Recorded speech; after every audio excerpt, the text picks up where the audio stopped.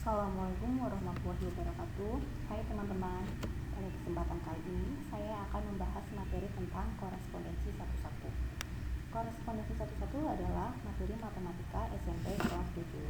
Materi ini merupakan sub dari materi relasi dan fungsi. Oke, langsung saja kita mulai. Untuk kompetensi dasar dan indikator pencapaian kompetensi pada pertemuan ini yaitu mendeskripsikan dan menyatakan relasi dan fungsi dengan menggunakan berbagai representasi, kata-kata, tabel, grafik, diagram, dan persamaan, lalu menyelesaikan masalah yang berkaitan dengan relasi dan fungsi dengan menggunakan berbagai representasi. Untuk IPK-nya yaitu menjelaskan fungsi korespondensi satu-satu, menentukan banyak korespondensi satu-satu yang mungkin, lalu menyelesaikan permasalahan sehari-hari yang berkaitan dengan korespondensi satu-satu. Jadi IPK ini merupakan cakupan kompetensi yang akan kita pelajari pada pembahasan kali ini. Untuk tujuan pembelajarannya yaitu setelah kita mempelajari materi ini, kita diharapkan dapat yang pertama menjelaskan fungsi korespondensi satu-satu dengan benar, yang kedua menentukan banyak korespondensi satu-satu yang mungkin dengan benar, dan yang ketiga menyelesaikan permasalahan sehari-hari yang berkaitan dengan fungsi korespondensi satu-satu dengan benar. Nah, sebelum kalian mempelajari korespondensi satu-satu, kalian itu diwajibkan sudah mendapat materi mengenai relasi dan fungsi. Kenapa? Karena materi ini itu berurutan. Jadi dari relasi, fungsi, baru korespondensi satu-satu. Oke, pada pertemuan sebelumnya kalian sudah mempelajari mengenai cara penyajian fungsi. Apa saja cara penyajian fungsi? Yang kita tahu cara penyajian fungsi itu ada 5: diagram panah, diagram kartesius, tabel, rumus fungsi, dan juga pasangan berurutan. Nah, sekarang mari kita amati permasalahan berikut. Pernahkah kalian berkunjung ke Museum Konferensi Asia Afrika di Kota Bandung? Museum Konferensi Asia Afrika atau KAA merupakan tempat memorabilia Konferensi Asia Afrika. Museum KAA diresmikan pada tanggal 24 April 1980 bertepatan dengan peringatan 25 tahun Konferensi Asia Afrika.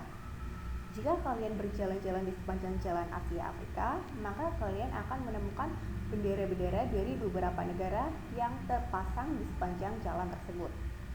Bendera negara melambangkan karakteristik dan ciri khas suatu negara. Oke. Nah, jadi ini adalah gambar dari Museum Konferensi Asia Afrika, di mana sepanjang jalan di Museum Asia Afrika ini terpasang beberapa bendera negara. Oke. Nah, apakah ada negara yang memiliki bendera kebangsaan lebih dari satu?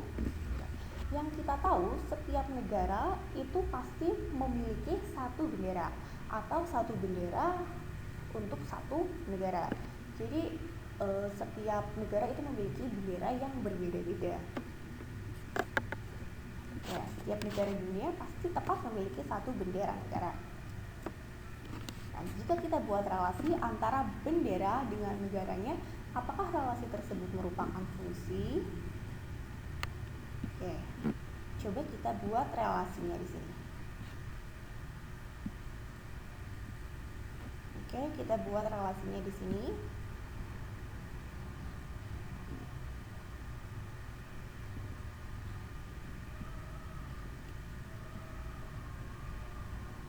Kalau bisa ya.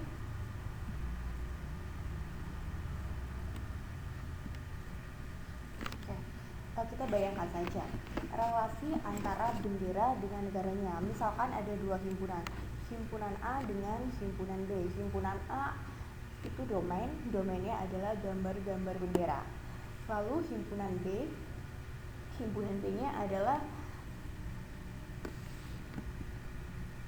nah, pada permasalahan tersebut kalian dapat menentukan korespondensi satu-satu yang memasangkan negara dengan benderanya. Nah, sekarang pertanyaannya, apa itu korespondensi satu-satu? Korespondensi satu-satu merupakan relasi khusus Nah, kalian dapat menyajikan korespondensi satu-satu pada diagram panah, diagram kartesius, maupun pasangan berurutan.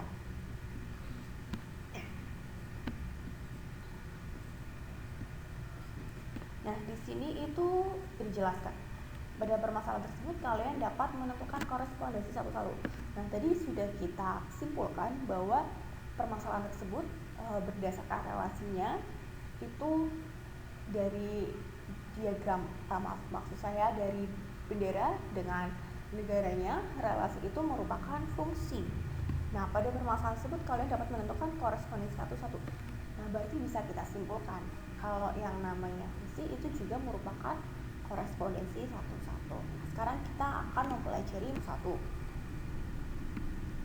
Oke, nah tadi sudah dibahas sedikit korespondensi satu-satu itu relasi khusus. Nah, relasi khusus yang bagaimana? Jadi korespondensi satu-satu itu relasi khusus yang memasangkan setiap anggota himpunan A dengan tepat satu pasang di himpunan B dan begitu pun sebaliknya. Korespondensi satu-satu memiliki ciri-ciri di mana banyak anggota himpunan A sama dengan banyak anggota himpunan B. Banyak anggota himpunan A sama dengan banyak anggota himpunan B. Relasi khusus, jadi setiap anggota A itu punya pasangan di B dan setiap anggota B itu punya pasangan di A. Dan pasangannya itu tepat satu. Dan juga untuk anggota A sama anggota B itu banyaknya harus sama. Ya, dari pengertian relasi sudah bisa dilihat ya kalau memang banyak anggota himpunan A maupun anggota himpunan B itu harus sama. Kenapa? Karena setiap anggota A dengan anggota himpunan B itu tepat memiliki satu pasangan. Oke, langsung kita ke contoh mengenai korespondensi satu-satu. Nah, ini ada 3 diagram panah A, B, C. Nah, tadi pengertiannya korespondensi satu-satu itu ada ciri-cirinya. Himpunan A sama himpunan A sama himpunan B itu anggotanya harus sama. Kita lihat dari diagram A, B, dan C, ini anggotanya sama-sama. Untuk NA sama dengan 3, NB sama dengan 3 juga. Nah, berarti ini sudah memenuhi ciri-ciri korespondensi satu-satu. Nah, tetapi apakah ini memang korespondensi satu-satu? Coba kita amati. Untuk diagram panah yang A ini, himpunan A tepat memiliki satu pasangan di B. Nah, tetapi himpunan B itu ada yang pasangannya lebih dari satu dan ada juga yang tidak memiliki pasangan. Nah, ini bukan syarat korespondensi satu-satu. Jadi untuk diagram panah yang A itu bukan merupakan korespondensi satu-satu. Nah, sekarang yang B. Himpunan A setiap anggotanya mempunyai pasangan di B. Begitupun sebaliknya, setiap anggota B mempunyai pasangan di A. Artinya kita bisa simpulkan bahwa yang B ini merupakan korespondensi satu-satu. Oke, sekarang yang C. Setiap anggota himpunan A memiliki pasangan di B, sedangkan anggota di B ada yang tidak memiliki pasangan di A dan juga pasangannya ada yang lebih dari satu. Nah, berarti ini sama dengan poin A yang C ini. Artinya yang diagram panah yang C ini bukan merupakan korespondensi satu-satu. Oke, lanjut. Nah, setelah kalian mengetahui apa itu korespondensi satu-satu, sekarang kita mencari bagaimana sih cara menentukan banyak korespondensi satu-satu. Oke, banyak korespondensi satu-satu ini dirumuskan dengan n faktorial, di mana NA sama dengan NB sama dengan N. Nah, n faktorial ini n faktorial ini artinya n dikali n-1 dikali n-2 dikali sampai dengan dikali 1. Nah, ini dibaca n faktorial. Nah, ini ada contoh. Misalkan 7 faktorial. 7 faktorial itu artinya 7 dikali 6 dikali 5 dikali 4 dikali 2 dikali 4 dikali 3 dikali 2 dikali 1. Jadi 7 faktorial. Hasilnya berapa? Tinggal kita kalikan semua bilangan ini.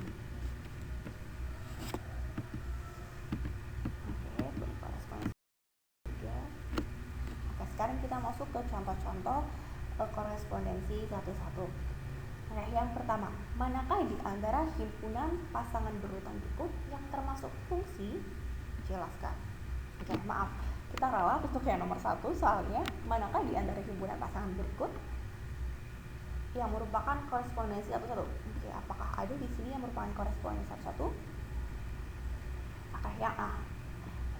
Ini berarti menggunakan penyajian pasangan berurutan. A, B. A ini adalah domain, X, Z, Y ini adalah kodomain. Nah, domain ini A sama B. Bisa kita lihat di sini A itu pasangannya ada 2, X dan juga dengan Y, B dengan Z. Nah, dari anggotanya pun sudah bisa kita lihat. Untuk anggota himpunan domainnya itu ada 2, yaitu A dan B. Ini sama A, berarti kita sebut dia ada 2, A dan B. Sedangkan anggota himpunan B itu ada 3, X, Y, Z. Nah, dari ciri-ciri ini itu sudah kita bisa menyimpulkan bahwa yang A itu bukan merupakan korespondensi satu-satu apabila dilihat dari banyak anggotanya. Dan di sini juga A itu pasangannya ada 2, dengan X dan juga dengan Y. Pasti yang satu bukan korespondensi satu-satu. Sekarang yang B, domainnya itu anggotanya 1, 2, 3. Nah, kalau domainnya anggotanya P, Q, P, berarti anggotanya itu P dan Q. Ini P sama. Oke, berarti yang P itu sama dengan poin A, anggota domain dan kodomain itu berbeda. Artinya yang B bukan korespondensi satu-satu. Oke, sekarang yang C. Yang C, domainnya itu ada 5, 6, dan 7. Itu anggota domain. Sekarang kita lihat anggota kodomainnya 6, 7, 8. 5, 6, 7 dengan 6, 7, 8. Sama-sama anggotanya adalah 3. Nah, sekarang kita tentukan apakah setiap domain dan kodomain memiliki pasangan memiliki tepat satu pasangan. Oke. 5 dengan 6, 6 dengan 7, 7 dengan 8. Ya. Yang C ini pasangannya tepat 1 ya. Dan banyak anggota A maupun anggota B itu sama. Artinya yang C adalah korespondensi satu-satu. Nah, yang merupakan korespondensi satu-satu adalah yang C. Sekarang kita lanjut. Contoh yang kedua. Nah, di sini soalnya banyak korespondensi satu-satu dari A ke B adalah 24. Jika A adalah faktor dari 21, maka sebutkan minimal 2 nama himpunan yang dapat menjadi himpunan B. Penyelesaiannya, oke. Diketahui di situ tadi banyak korespondensi satu-satu dari A ke B itu 24. Nah, NA-nya itu kan faktor dari 21, maka bisa kita tuliskan anggotanya adalah 1, 3, 7, dan 21. Maka NA-nya adalah 4. Nah, yang ditanya, sebutkan 2 nama himpunan yang dapat menjadi himpunan B. Oke. Nah, ini kan korespondensi satu-satu, artinya banyak anggotanya NA maupun NB itu sama, artinya NB itu 4. Berarti kita cari nama himpunan yang memiliki 4 anggota. Nah, maka B adalah himpunan yang memiliki 4 anggota. Sehingga himpunan yang mungkin adalah misalkan yang pertama huruf pembentuk kata POCI, yaitu anggotanya POCI. Lalu ada bilangan prima kurang dari 10, yaitu 2, 3, 5, dan 7. Itu ada 4 dan lain-lain. Nah, jadi ini jawabannya itu bebas. Yang penting anggota himpunan B itu harus 4.